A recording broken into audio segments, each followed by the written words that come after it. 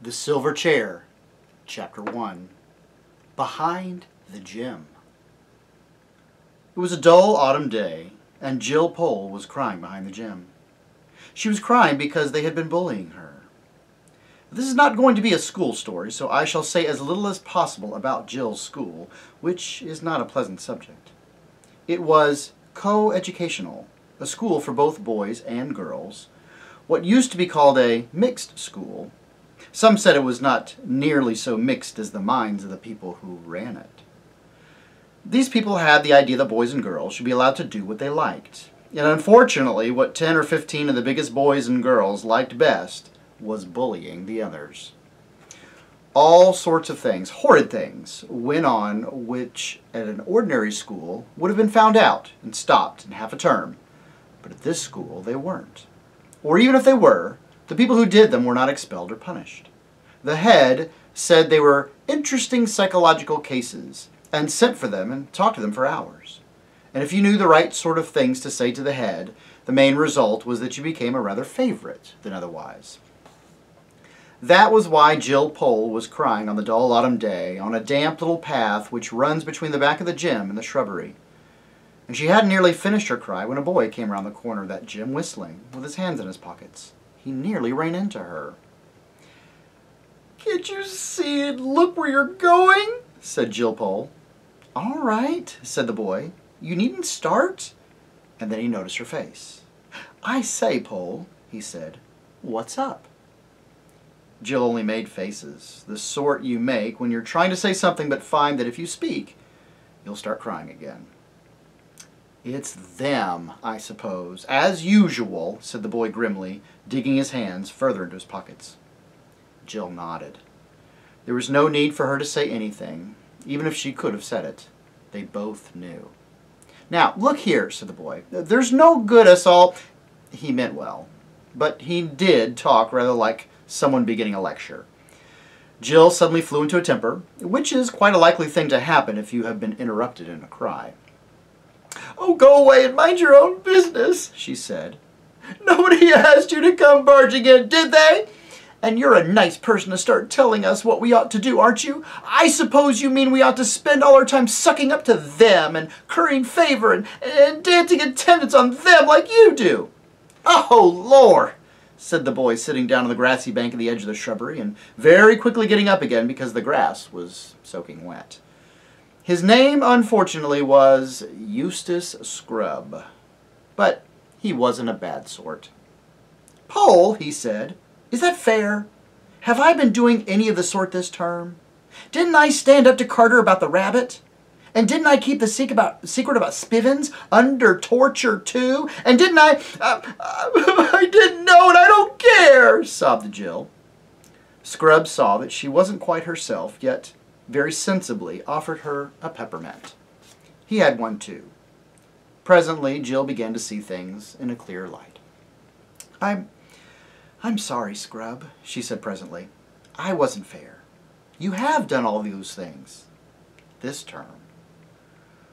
"Well, then wash out last term if you can," said Eustace. "I was a different chap then. I was... Gosh, what a little tick I was." "Well, honestly, you were," said Jill. "You think there has been a change then?" said Eustace. "It's not only me," said Jill. "Everyone's been saying so. They've noticed it.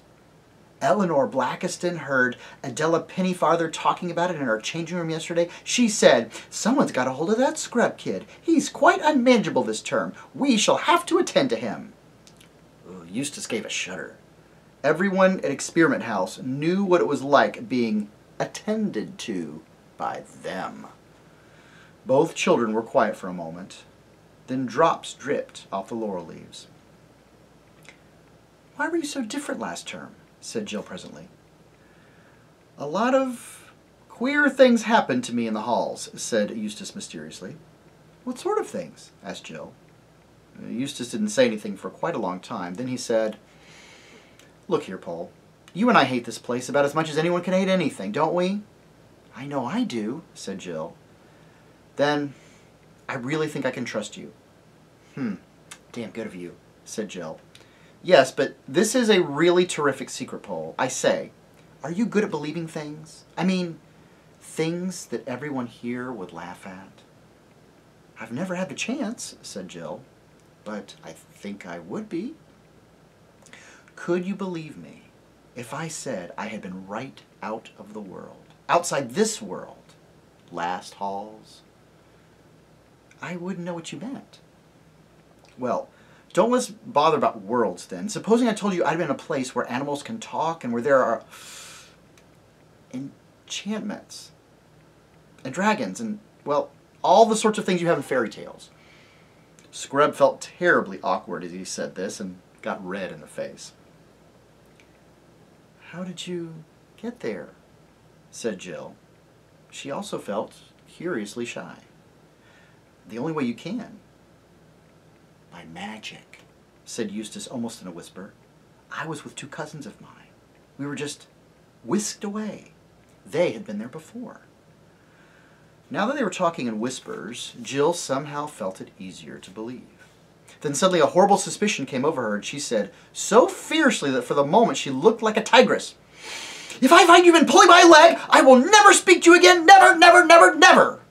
I'm not, said Eustace. I swear I'm not. I swear by everything. When I was at school, one would have said, I swear by the Bible, but Bibles were not encouraged at Experiment House. All right, said Jill, I'll believe you and tell nobody. What do you take me for? Well, they were very excited as they said this, but when they had said it, Jill looked round and saw the dull autumn sky and heard the drip of the leaves and thought of all the hopelessness of Experiment House. It was a 13-week term and there were still 11 weeks to come. So she said, but after all, what's the good? We're not there. We're here. We jolly well can't get there, or can we? Well, that's what I've been wondering, said Eustace.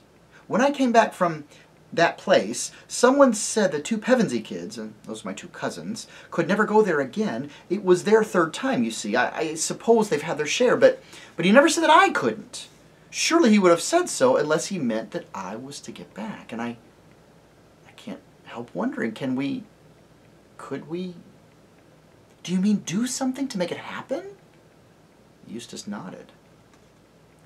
You mean we might draw a circle on the ground and write in queer letters in it and stand inside it and recite charms and spells? Well, said Eustace after he thought about it for a hard bit, I believe that was the sort of thing I was thinking of, though I never did it. But now that it comes to the point, I have an idea that all those circles and things are rather rot, and I don't think he would like them. It would look as if we thought we could make him do things, but really we can only ask him. Who is this person you keep talking about?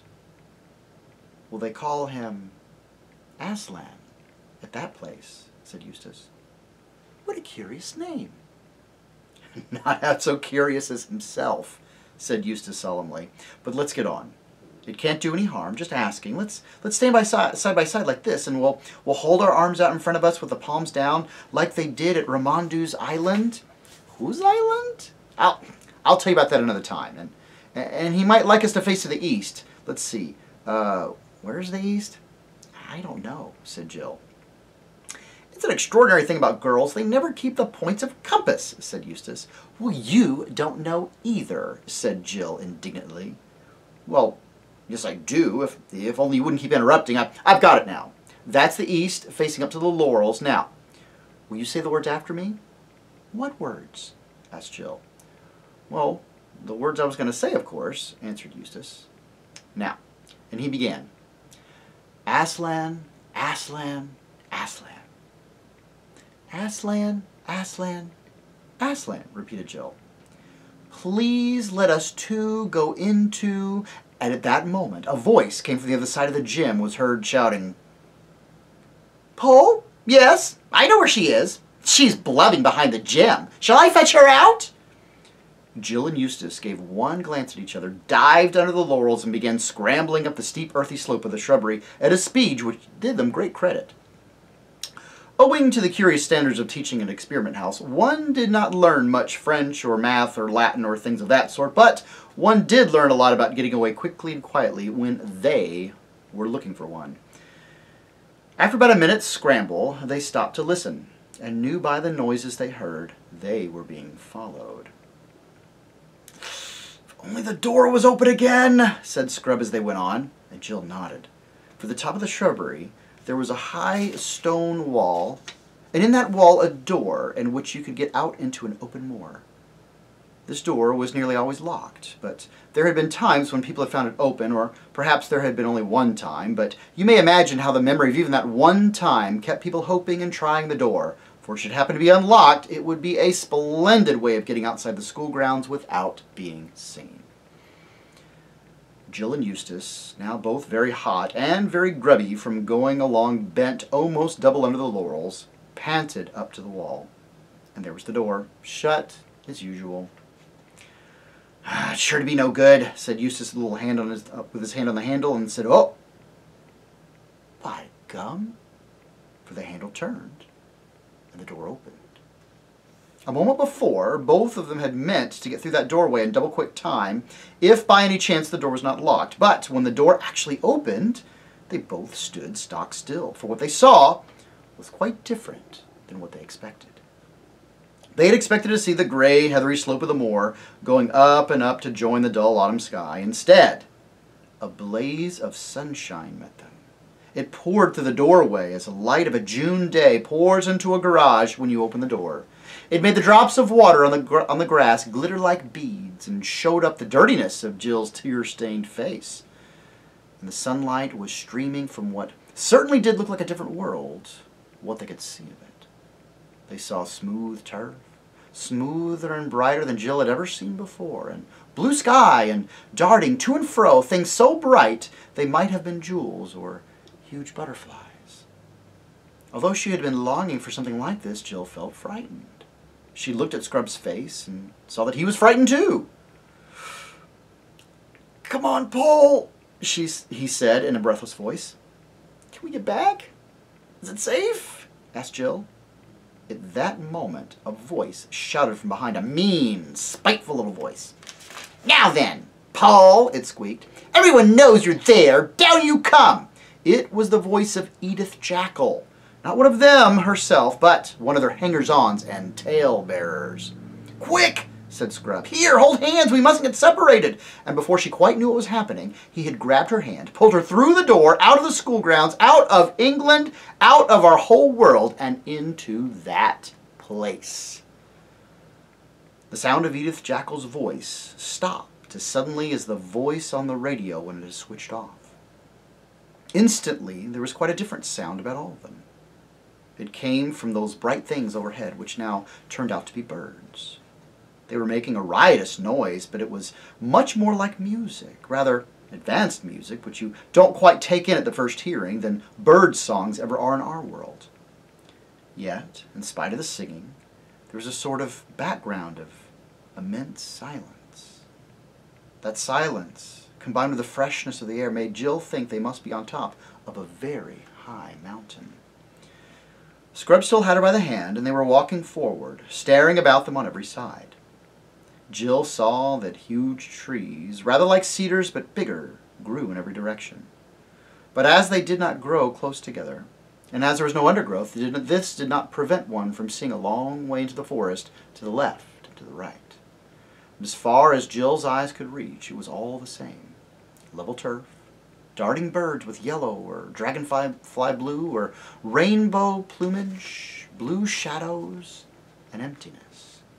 There was not a breath of wind in that cool, bright air. It was a very lonely forest. Right ahead there were no trees, only blue sky. They went straight on without speaking till suddenly Jill heard Scrub say, "Look out!" And she felt herself jerked back. They were on the edge of a cliff. Jill was one of those lucky people who have a good head for heights. She didn't mind in the least standing on the edge of a precipice. She was rather annoyed with Scrub for pulling her back. "Just if I were a kid," she said, and she wrenched her hand out of his. When she saw how very white he had turned, she despised him. "Oh, what's the matter?" she said, and to show that she was not afraid, she stood very near the edge, indeed, in fact, a good deal nearer than even she liked. Then she looked down. She now realized that Scrub had some excuse for looking white, for no cliff in our world is to be compared with this. Imagine yourself at the top of the very highest cliff you know. And imagine yourself looking down to the very bottom. And then imagine that the precipice goes on below that, as far again, 10 times as far, 20 times as far. And when you've looked down all those distances, imagine little white things that might at first glance be mistaken for sheep, but presently you realize they are clouds. Not little wreaths of mist, but the enormous white puffy clouds, which are themselves as big as most mountains. And at last, in between those clouds, you get your first glimpse of the real bottom. So far away, you can't make out whether it's field or wood or land or water, farther below those clouds than you are above them. Jill stared at it. She thought that perhaps after all she would step back a foot or so from the edge, but she didn't like to for fear of what Scrub would think. Then she suddenly decided that she didn't care what he thought, and that she would jolly well get away from that horrible edge and never laugh at anyone for not liking heights again. But when she tried to move, she found she couldn't. Her legs seemed to have turned to putty. Everything was swimming before her eyes. "What are you doing, Pole? Come back, blithering little idiot!" shouted Scrub, but his voice seemed to be coming from a long way off. She felt him grabbing at her, but by now she had no control over her own arms and legs. There was a moment struggling on the cliff edge. Jill was too frightened and dizzy to know quite what she was doing, but two things she remembered as long as she lived, and they often came back to her in her dreams. One was that she had wrenched herself free of Scrub's clutches. The other was that at the same moment, Scrub himself, with a terrified scream, had lost his balance and gone hurtling to the depths. Fortunately, she was given no time over to think what she had done. Some huge, brightly colored animal had rushed to the edge of the cliff. It was lying down, leaning over, and, this was the odd thing, blowing. Not roaring, or snorting, but just blowing from its wide-open mouth, blowing out as steadily as a vacuum cleaner sucks in. Jill was lying so close to the creature that she could feel the breath vibrating steadily through its body. She was lying still because she couldn't get up. She was nearly fainting. Indeed, she wished she could really faint, but faints don't come for the asking. At last, she saw far away below her a tiny black speck floating away from the cliff and slightly upward. As it rose, it also got further away. By the time it was nearly on level with the cliff top, it was so far off that she lost sight of it. It was obviously moving away from them at great speed. Jill couldn't help thinking that the creature at her side was blowing it away. So she turned and looked at the creature. It was a lion. And that's the end of Chapter 1. We have a brand new adventure in Narnia. Eustace Clarence Scrub, who was such a little snot before until baptized by Aslan out of that dragony skin and those dragony thoughts. And now that he's back at school, his modern experimental school, which makes him and everyone else miserable, it seems, and he's got a new friend this time, Jill. Jill Pole, another little girl, kind of like Eustace, who is on the side against the bullies, miserable at this school, wondering, hoping, but never really believing there was any way out of it until now. Through a door that's always locked, but with a hope and a plea, a simple request. Aslan, please. And both of them have found themselves out of this world, away from the school, away from the bullies, and to a completely new place for them both. And I gotta say, even though Jill seems kind of brave with standing so close to the heights, I'm not super fond of heights myself. Gosh, shouldn't we be careful, though, about the things we're brave on, and maybe not be too proud of our bravery? I mean, she was trying to maybe impress Eustace, or just kind of show that she was better, and man, a little bit of showing off, and well, I'm pretty sure since it's the beginning of the book, Eustace is going to be okay, but she doesn't know that. All she saw was him falling to what must have been his death. Well, I think we're going to be okay. She's never seen this lion before, but we have. And I think this is the start of a brand new adventure. Aslan is there from the beginning. We'll just have to see what happens